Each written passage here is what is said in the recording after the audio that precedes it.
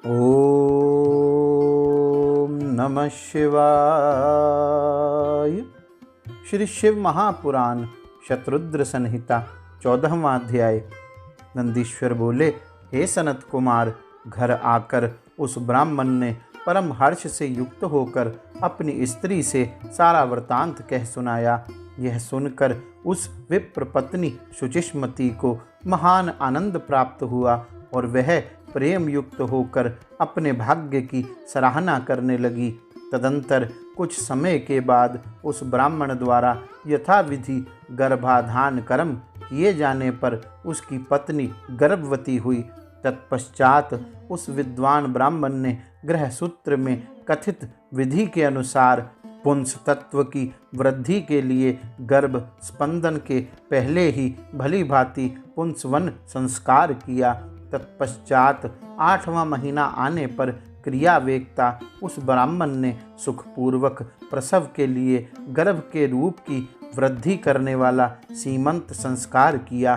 तदुपरांत ताराओं के अनुकूल होने पर, बृहस्पति के केंद्रवर्ती होने पर और शुभ ग्रहों का योग होने पर शुभ लग्न में चंद्रमा के समान सुंदर मुख वाला सूतिका ग्रह के दीपक को अपने तेज से शांत अर्थात प्रभावहीन सा करने वाला तथा सभी अरिष्टों का विनाश करने वाला पुत्र उस शुचिष्मति के गर्भ से उत्पन्न हुआ।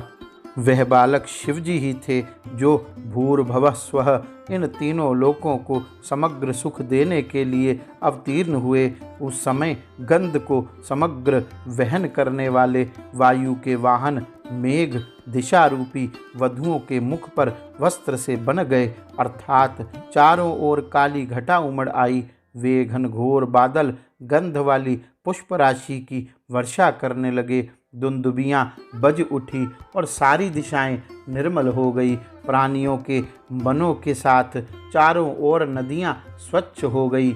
अंधकार पूर्ण रूप से दूर हो गया। रजोगुण विरज अर्थात विनष्ट हो गया। प्राणी सत्वगुण से संपन्न हो गए। चारों ओर से अमृत की वर्षा होने लगी। सभी प्राणियों की वाणी कल्याणकारी और प्रिय लगने वाली हो गई। रंभा आदि अप्सराएं, विद्याधरियाँ, किन्नरियाँ, देव पत्नियाँ और गंधर्व, उरग एवं यक्षों की पत्नियाँ हजारों की संख्या में अपने अपने हाथों में मंगल द्रव्य धारण किए हुए सुंदर स्वरों में मंगल गीत गाती हुई वहाँ आ गई।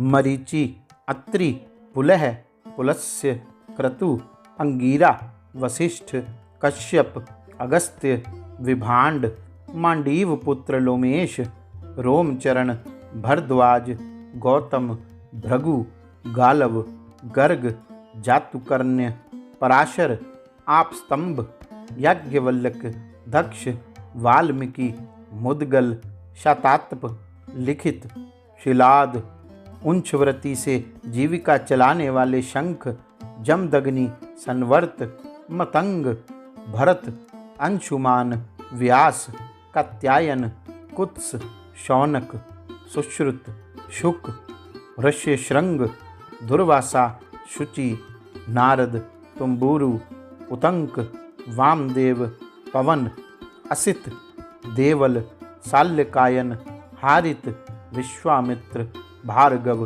अपने पुत्र मार्कंडे के साथ मृकंड, पर्वत, दारुक, धौम्य, उपमन्यु, वत्स आदि मुनिगण तथा मुनि कन्याएं उस बालक की अदृष्ट शांति के लिए विश्वानर के प्रशंसनीय आश्रम पर आ गए।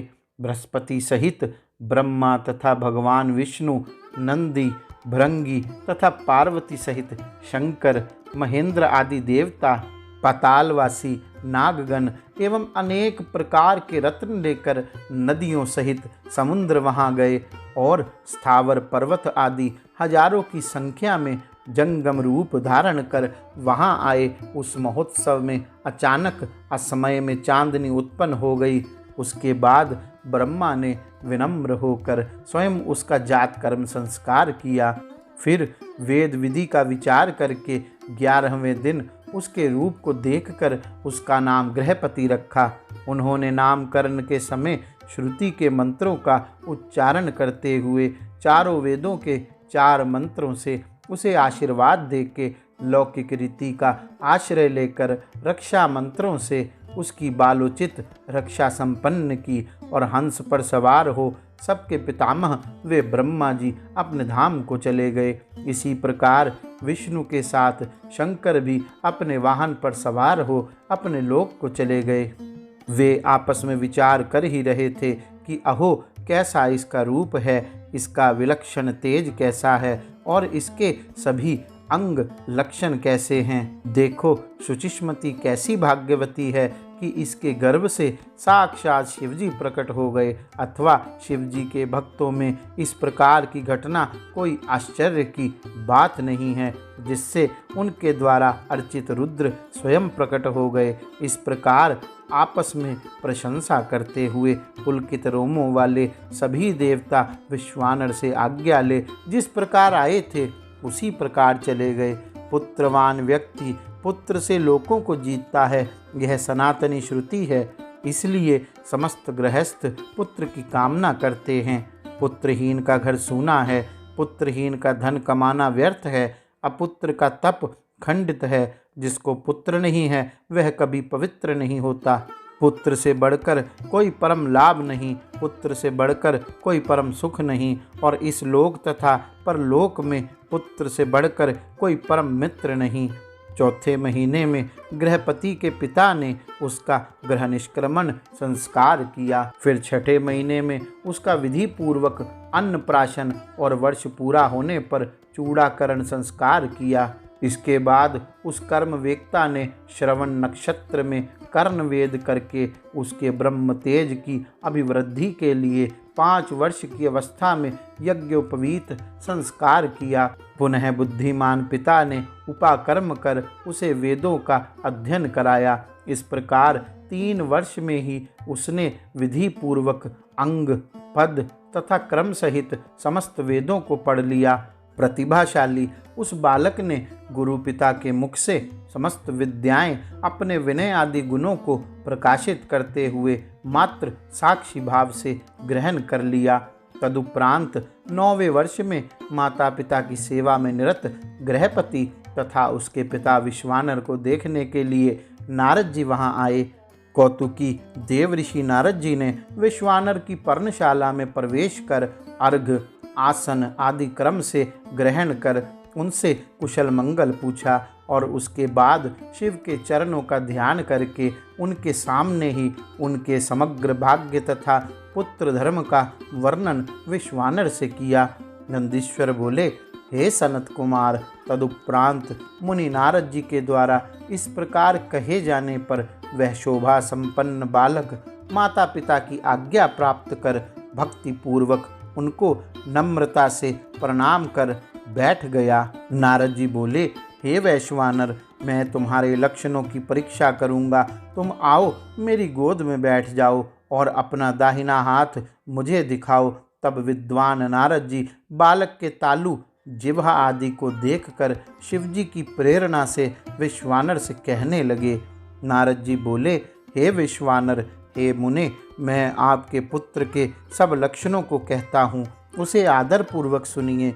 आपके पुत्र के सभी अंग उत्तम लक्षणों से युक्त हैं, इसलिए यह अत्यंत भाग्यशाली है, किंतु इसके सर्वगुण संपन्न संपूर्ण शुभ लक्षणों से समन्वित और चंद्रमा के समान निर्मल कलाओं से सुशोभित होने पर भी विधाता ही इसकी रक्षा करे। इसलिए सब तरह के उपायों से इस बालक की रक्षा करनी चाहिए, क्योंकि विधाता के विपरीत होने पर गुण भी दोष हो जाता है।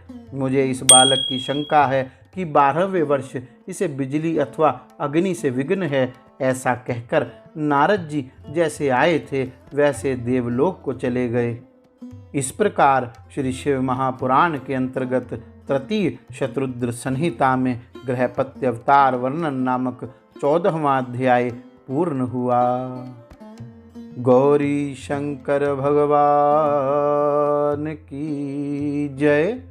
ओम नमः शिवाय।